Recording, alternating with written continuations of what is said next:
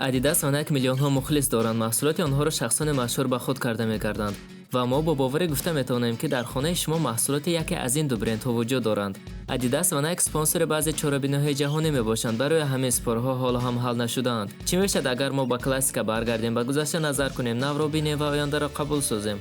خوش آمدید دوستان، شما در کانال تل بلاگ تیجی میباشید و امروز در برنامه ما بطل دو برند مشهورترین جهانی که ادیداس و دیگر نایک. راوند یکم. تاریخ. بسیاری میدونند وقتی ما لباس رو میخریم ما نه تنها در نرخ و کشف محصولات نظر میکنیم، بلکه به خود برند، تاریخ بوی و چقدر معروف بودن و اهمیت میدهیم. پس بیاید ببینیم کدام این دو برند خوب کار خود را سر کردند و تاریخ کدامشان روشن‌تر میباشد. قریب 100 سال پیش در سال 1925 آدولف داسلر یعنی ادیداسلر اولین بوتسی دنداندار را اختراع کرد. بعد از این مدت نگذشته فابریکه لباس برای را سر کرد. لباس‌ها با سرخ سفید می‌برآمدند که این گویم علامت برند بود. ورزشکارها با لباس‌های ادیداس رکوردهای جهانی می‌گذاشتند و فوتبالیست‌ها باشند گل می‌زدند و حتی زبان SSSR که در سال 1988 در المپیاد جهانی جای گرفت، بازیگرها در آن وقت به خود لباس ادیداس پوشیده بودند.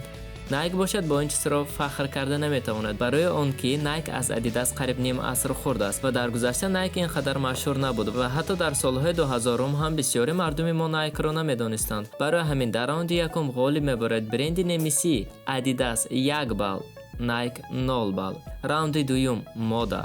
البته جوانان ما همه میخوان در ترند باشند و ادیداس کم کم از مودا گویم قفا مانده ایستاده است. حتی در ورزش پروفسیونالی چندم سال باز نایک ادیداس را پچق کرده ایستاده است. سرخ سفید حالا باشه در مودا نیست. حتی چمپیون جهان فرانسوسا با نایک گذاشتن، آخر در دوره زیدان همشون ادیداس میپوشیدند. اینستاگرام باشد از نایک پر هست. همه با نایک فخر میکنند.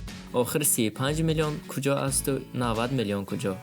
ایر مکس باشد چند سالها باز شهرت خود را گم نمیکند. آنها را هم زنها و هم مردها به حساب سن سال با تمام لباس میپوشند. و جردن باشد آرزوی تمام آنها هستند که از مودا خبر دارند. ادیداس هم سمیتی کلاسیک سوپرستار و گازل دارد، اما آنها رنگ ایر مکس و جردن آنقدر مشهور نیستند. هر دو برند یک کمبودی دارد، این نرخ. وقتی به نرخ نگاه میکنید شاید تلخ کف شوید، رنگی که بچه‌ها از ادیداس از خودشون یک تاگی صفر علاوه کردگی باشند. البته هست ارزان ترش، اما نظر به ادیداس نایک بسیار نمود و با تمام نرخ دارد. برای همین از جهت مشهور و گوناگون بودن است نایک در راوند دوم غالب برآمد.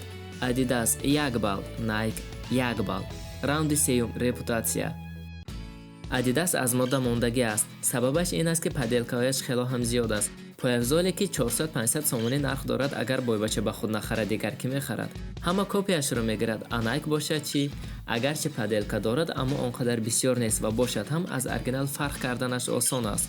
شخصان مشهور جوانانی که در ترند هستند همه نایک استفاده میبرند.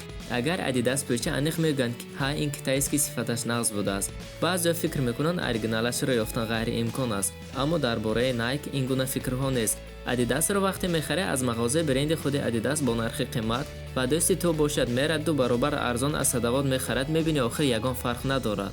برای همین از جهت زیاد بودن پدیدکا رپوتاسیون ادیداس نظر به نرخ خیلی هم دشوار است. دوستداران حقیقی ادیداس میپوشند و خلاص. برای همین در راوند 3 و همه در بطل امروزه ما ادیداس 1 بال، نایک 2 بال. شما درباره این چی فکر میکنید؟ حتما فکر خود رو در کامنت گذارید و با کانال ما ابونه شوید تا که از بطل های گوناگون و تاپ های بهترین یوتیوب با خبر باشید. با شما هستیم تل بلاگ تیجی. تا برنامه نوبتی خوش باشید.